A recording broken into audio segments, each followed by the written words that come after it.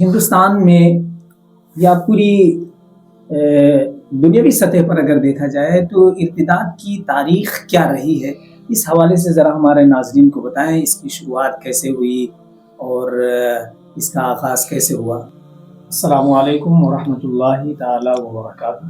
وعلیکم السلام۔ ونصلی ونسلم علی رسولہ الکریم۔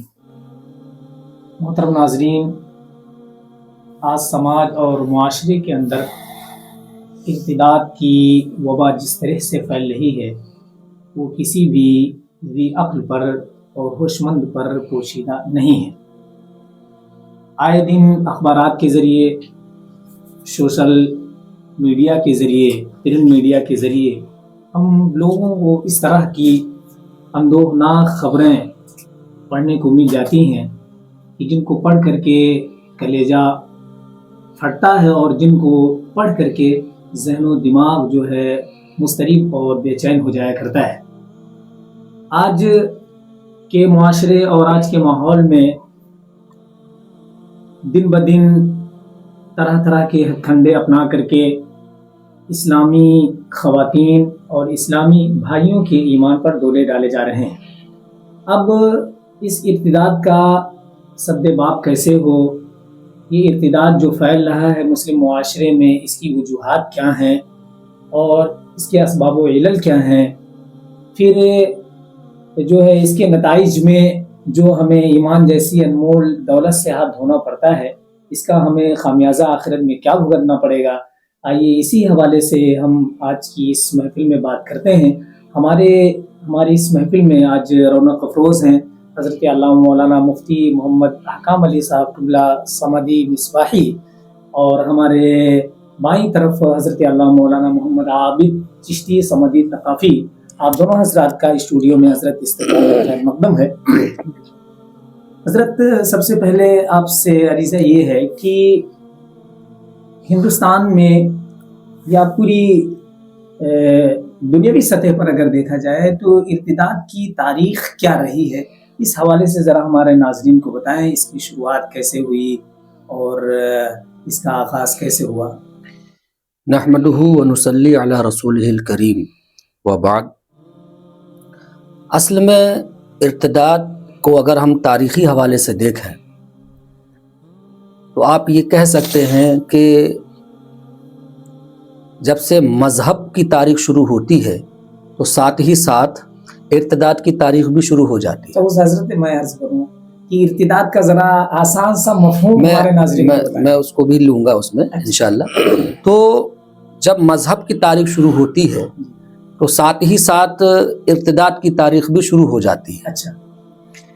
ہر دور میں جب بھی مذہب کو لے کر کوئی نبی کوئی رسول آئے ہیں اور ماننے والوں نے ان کو مانا، لیکن پھر جو ماننے والے ہیں وہ یا تو کسی لالچ میں یا کسی دباؤ میں، جی، دونوں اس کے اسباب رہے ہیں، جی، وہ پھر اپنے اس مذہب کو جو قبول کرتے ہیں اس مذہب سے پھر جاتے ہیں۔ اچھا۔ اور ارتداد کا جو معنی آپ کہہ رہے ہیں تو ارتداد کا معنی ہی ہوتا ہے پھر جانے کے، یعنی جو آپ راہ حق اور جو سچے مذہب پر تھے اس مذہب کو قبول کرنے کے بعد اگر آپ پھر واپس پلٹ جائیں تو اسی کا نام عربی میں اس کو ارتداد کہتے ہیں۔ اس کی تاریخ دیگر انبیاء کی بھی عہد میں ملتی ہے اور اللہ کے نبی صلی اللہ علیہ وسلم کے عہد میں بھی ملتی ہے۔ جی۔ ارتداد یعنی اپنے مذہب سے پھر جانے کی دو صورتیں ہوتی ہیں۔ جی۔ ایک تو یہ ہے کہ انسان اس مذہب سے کلی طور پر پھر جائے، جی، جی، کہ مثلا اسلام لایا، مسلمان ہوا اور اس کے بعد کلی طور پر دستبردار ہو جائے کہ میں اسلام ہی کو نہیں مانتا ہوں، جی، یہ کلی طور پر پھر جانا ہوا۔ اور ارتداد کی دوسری شکل یہ ہے کہ مذہب کے اور مذہبی ہونے کا دعویٰ تو وہ رکھے کہ میں مسلمان ہوں، میں اسلام کو مانتا ہوں، لیکن ساتھ ہی ساتھ وہ ایسے عقیدے بھی رکھے یا ایسے عمل کرے جو مذہب کی بنیادوں سے ٹکرا رہے ہوں۔ اچھا۔ مذہب کی بنیادوں کو، اور وہ یہ چاہے کہ ہم دونوں کو ساتھ لے کر چلیں، جی، جی، تو وہ بھی مرتد کہا جائے گا۔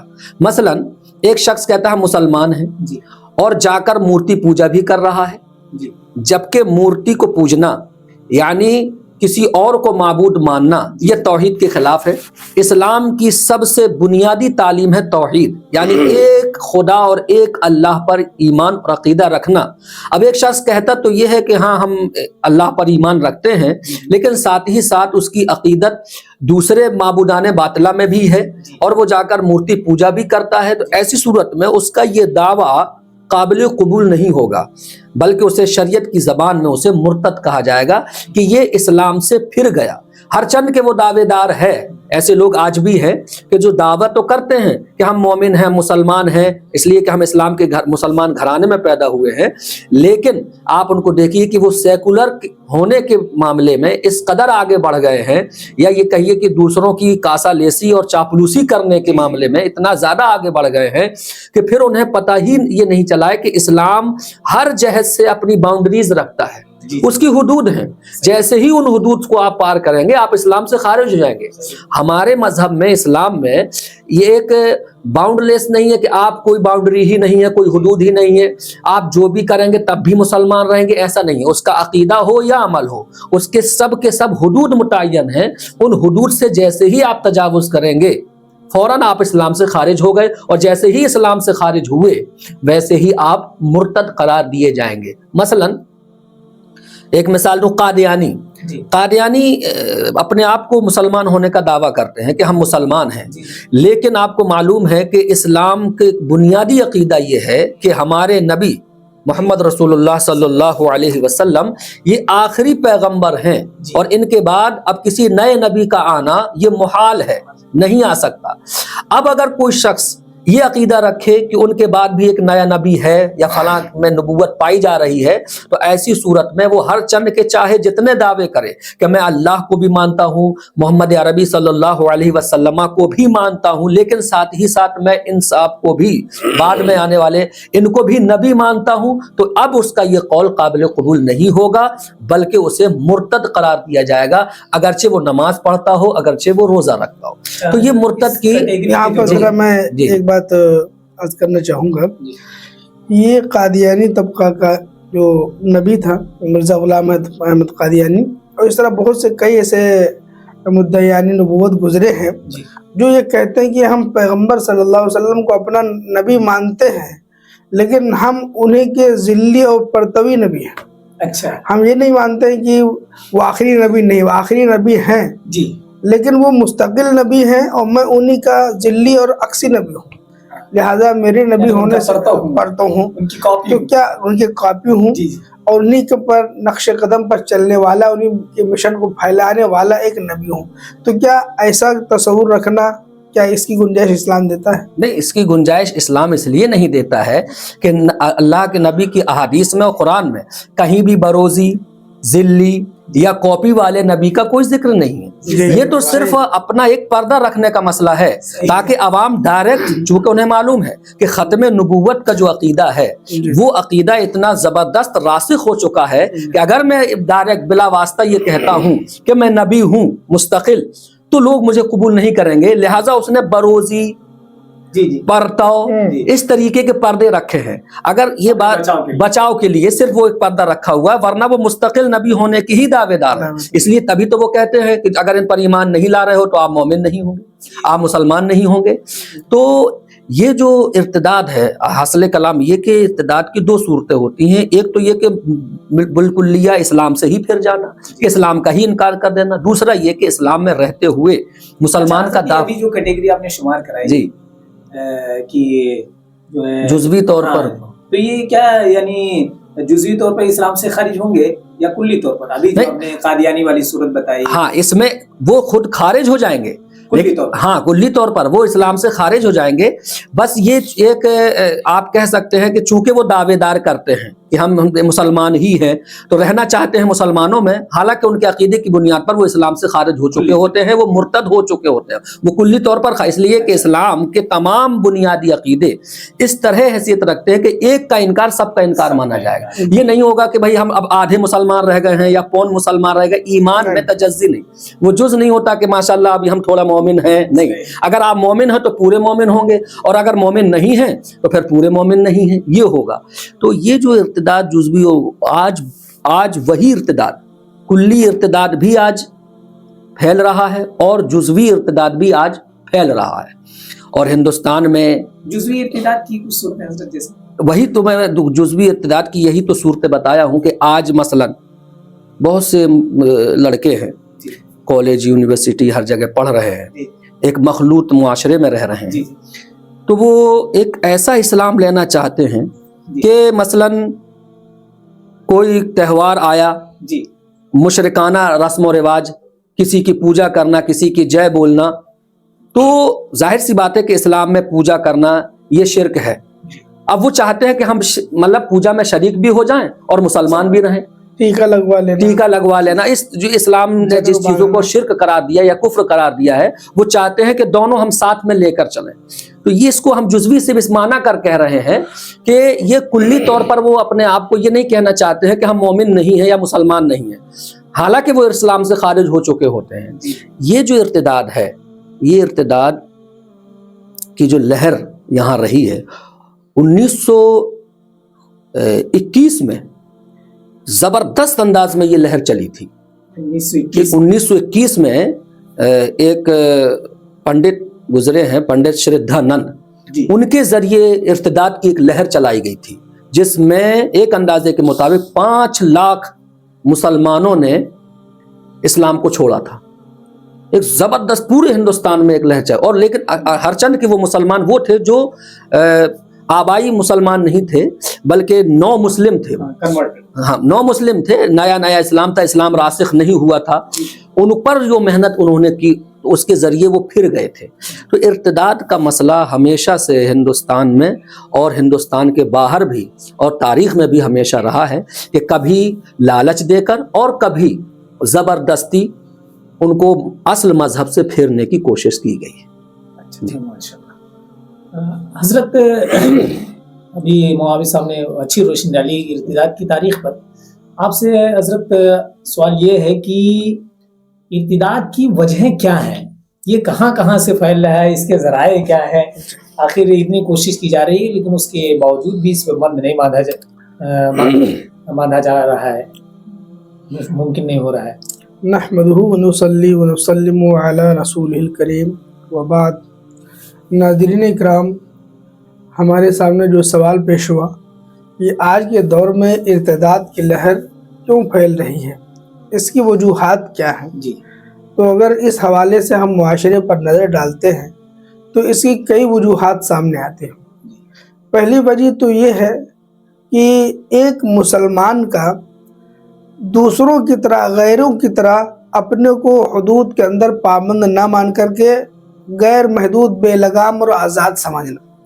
سب سے بڑی وجہ یہ ہے کہ جس طرح غیر آزاد جو دو دوست ہیں, ایک کے یہاں کوئی پابندی نہیں, کوئی حد بندی نہیں, وہ جہاں چاہتا ہے چلا جاتا ہے, وہ ٹوپی لگا کے چلا گیا مسجد میں عید کی نماز پڑھ جائے. اب یہ ہمارے مسلم دوست جو بنے ہوئے ہیں ان کو بھی جذبہ آ گیا کہ وہ آگے میری مسجد میں نماز پڑھ گیا تو میرا بھی حق بنتا ہے میں چلا جاؤں مندر میں پوجا کر جاؤں. تو اس کا تو کچھ نہیں ہوا, لیکن ہمارے اسلام میں حد بندی ہے, ہمیں ان حدود کے اندر رہنا ہے. اگر ان حدود سے ہم آگے بڑھیں گے تو ہمارا اسلام چلا جائے گا. تو یہ تو ہمارے ذہن میں آزادی کا خیال, اسلامی حدود کی پابندی نہ کر کے آزاد رہنے کا خیال, یہ ارتداد کا ایک بہت بڑا سبب ہے. اور حضرت یہ آزادی جو آپ کہہ رہے ہیں کہ وہ کہتے ہیں کہ جس طرح وہ اصل میں یہ اس کو نام دیتے ہیں بھائی چارے کا. میں نے خود اس کو پیپر میں پڑھا کہ وہ کہتے ہیں کہ جس طرح وہ بھائی چارہ دکھاتے ہیں تو ہم بھی بھائی چارہ دکھائیں. حالانکہ سیدھی بات ہے کہ بھائی چارے کا ہمارے یہاں الگ کنسپٹ ہے. ہم بھائی چارہ مذہب سے ہٹ کر تو دکھا سکتے ہیں لیکن مذہب کو گڈمٹ کر کے مخلوط کر کے بھائی چارہ کا تصور بھی ہمارے اسلام میں مذہب میں ہے, اور ہم سے بہتر کوئی بھائی چارہ کر بھی نہیں سکتا ہے. لیکن ہمارے یہاں بھائی چارہ کی ایک حدود ہے. ہم مذہب میں سمجھوتا کسی کا نہیں کریں گے.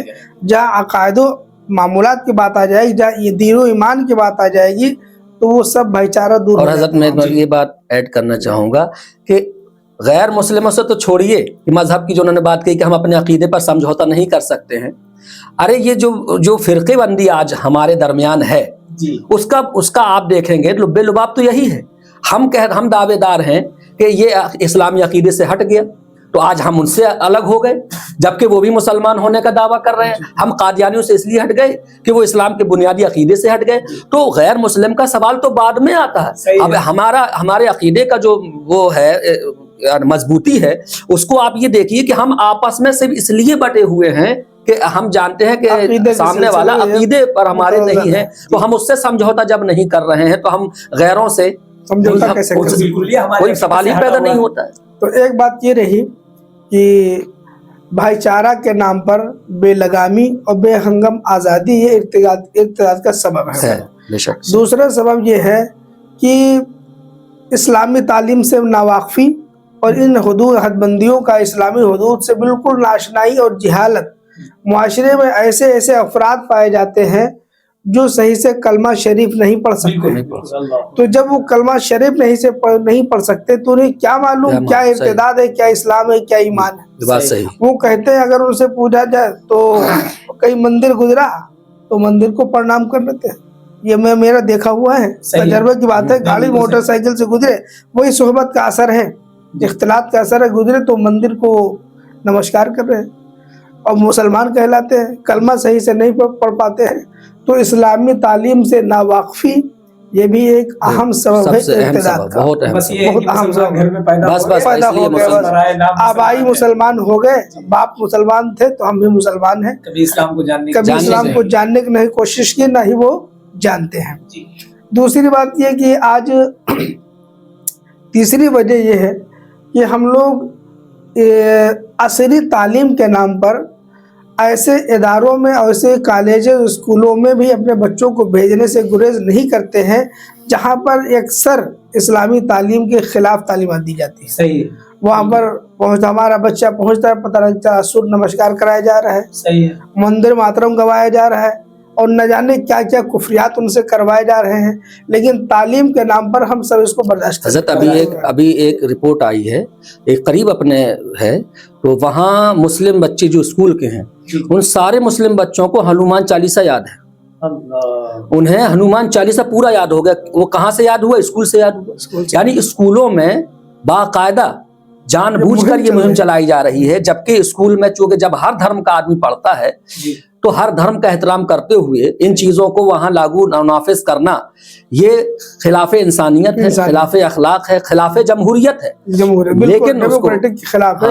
ایسے جب آپ سیکولرزم کے قائل ہو, ہمارا آئین سمویدھان سب سیکولر ہے, تو آپ کو اپنے اسکول میں بھی ایسا سلیبس ایسا نصاب چلانا ہے جس کو ساری قومیں نبھا سکیں, کسی کے مذہب سے متصادم نہ ہو, سبھی اس کو قبول کرتے ہوں. تو ایسے اسکولوں میں ہمارے بچوں کا جانا یہ بھی ارتداد کا بہت بڑا سبب ہے. اس سے بچانا چاہیے بچوں کو. تیسری بات یہ میں نے دیکھا معاشرے میں کہ ہندو اور مسلم کے گھروں میں آپس میں ایسے زبردست تعلقات ہوتے ہیں کہ وہ بے تحاشا ہمارے گھر میں آتے ہیں, یہ بے تحاشا ان کے گھروں میں جاتے ہیں.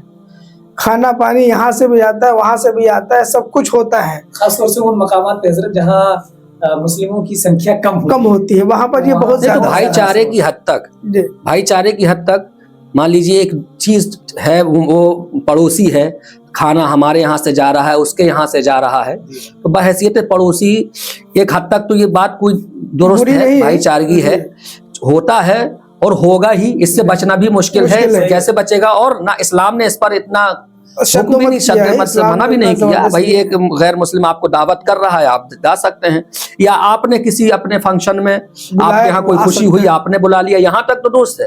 لیکن اس کے بعد پھر آگے جو مرحلہ آتا ہے یہ آواگمن اتنا کثیر اور شدت اختیار کر جاتا ہے کہ پھر وہ مذہب تک پہنچ جاتا ہے. پتہ چلا کہ بھاگوت ان کے گھر میں ہو رہی ہے, کتھا ہو رہا ہے, باقاعدہ مسلمان نائی کو بھیجتے کہ جاؤ پورے محلے میں بتا کے آؤ کتھا ہو رہا ہے اور سب کو بلا کے لاؤ. اور مسلمان بچے بوڑھے پہنچ بھی جاتے ہیں. ایسے بھی لوگوں کو میں نے کتھا میں جاتے ہوئے دیکھا ہے جو باقاعدہ داڑھی رکھے ہوئے مسلمان کہلاتے ہیں. تو بس وہی بات ہے کہ معلومات نہیں ہے ان کو ہماری حدود اور حدود کیا ہے. حدود کا معلومات نہ ہونا. گاؤں کے بغل ہی میں ایک گاؤں ہے رامٹی, حضرت شاید واقف ہوں گے, تو وہاں مسلمانوں کی آبادی کم ہے.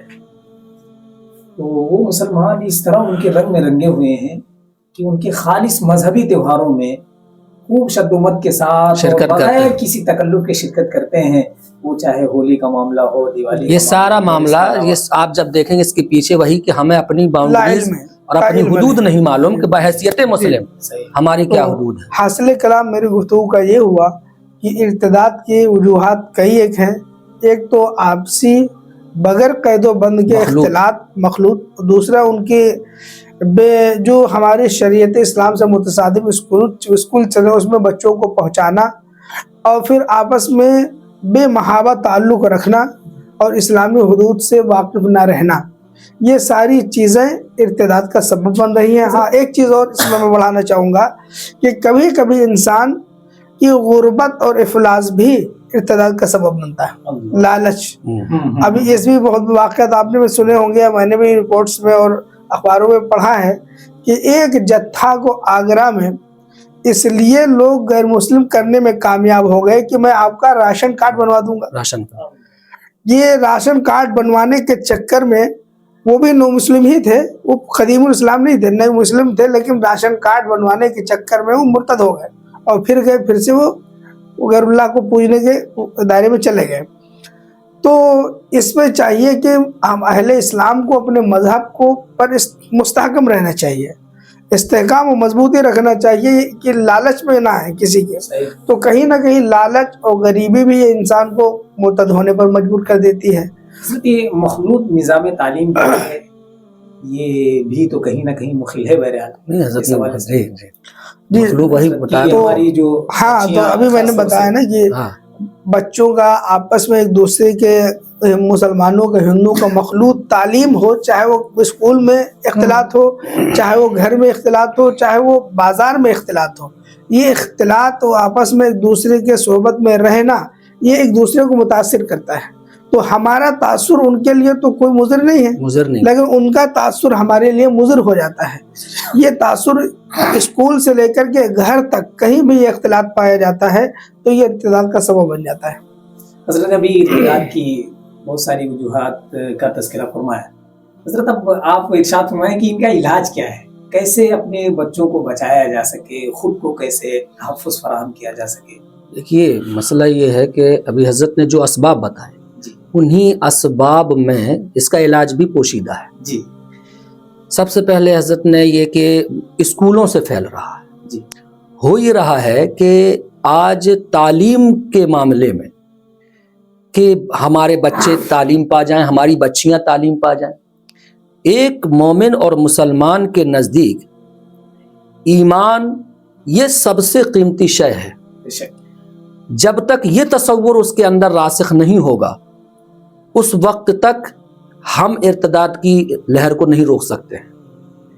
اسے یہ کیوں لگتا ہے کہ چاہے ہمارے بچے مرتد ہی ہو جائیں لیکن تعلیم ہونا چاہیے، جب اسے معلوم ہے کہ جہاں ہماری بچیاں جا رہی ہیں یا جہاں ہمارے بچے جا رہے ہیں وہاں کہیں نہ کہیں وہ اپنے مذہب میں شک میں پڑ رہے ہیں یا انہیں شک ڈالا جا رہا ہے یا زبردستی قانون کے نام پر انہیں غیر مذہب کے رسم و رواج اور شرکیہ رسموں کی طرف مائل کیا جا رہا ہے، تو ہونا تو یہ چاہیے کہ ایک مسلمان کو اتنی غیرت آئے کہ ہمارا بچہ پڑھے یا نہ پڑھے ہم ایمان سے سمجھوتا نہیں کریں۔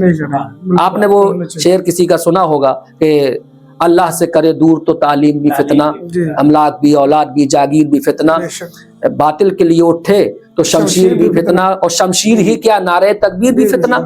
تو جب تک یہ تصور نہیں ہوگا کہ جو تعلیم ہمیں خدا اور رسول یا مذہب سے دور کرنے کا سبب بن جائے وہ تعلیم ہم حاصل نہیں کریں گے، اس سے بہتر ہے کہ ہم جاہل رہیں۔ اس لیے کہ اس دنیا میں تعلیم بہرحال ایک ناگزیر چیز ہے، لیکن ایسا نہیں ہے کہ جنہوں نے تعلیم حاصل نہیں کی ہو تو وہ بھوکے مر رہے ہو، ایسا بھی نہیں ہے۔ آپ ایمان ہمارے لیے اتنا اہم ہے کہ ایمان ہماری جان، ہماری مال، عزت و آبرو سب سے زیادہ ہمارے لیے ایمان۔ تو آج مسئلہ یہ ہے کہ مسلمان اس راز کو اور ایمان کی اس اہمیت کو سمجھنے کے لیے تیار نہیں، وہ سمجھتا نہیں ہے۔ اس وجہ سے آپ دیکھیں کہ جب وہ اپنے بچیوں کو کالج کی سطح سے یونیورسٹی کی سطح پر بھیج رہا ہے تو اسے اتنی فکر نہیں ہے کہ کم سے کم وہاں اپڈیٹ لیتا رہے کہ کہیں میری بچی کسی دوسرے راستے پر تو نہیں جا رہی ہے۔ ہوتا یہ کہ چونکہ وہاں مخلوط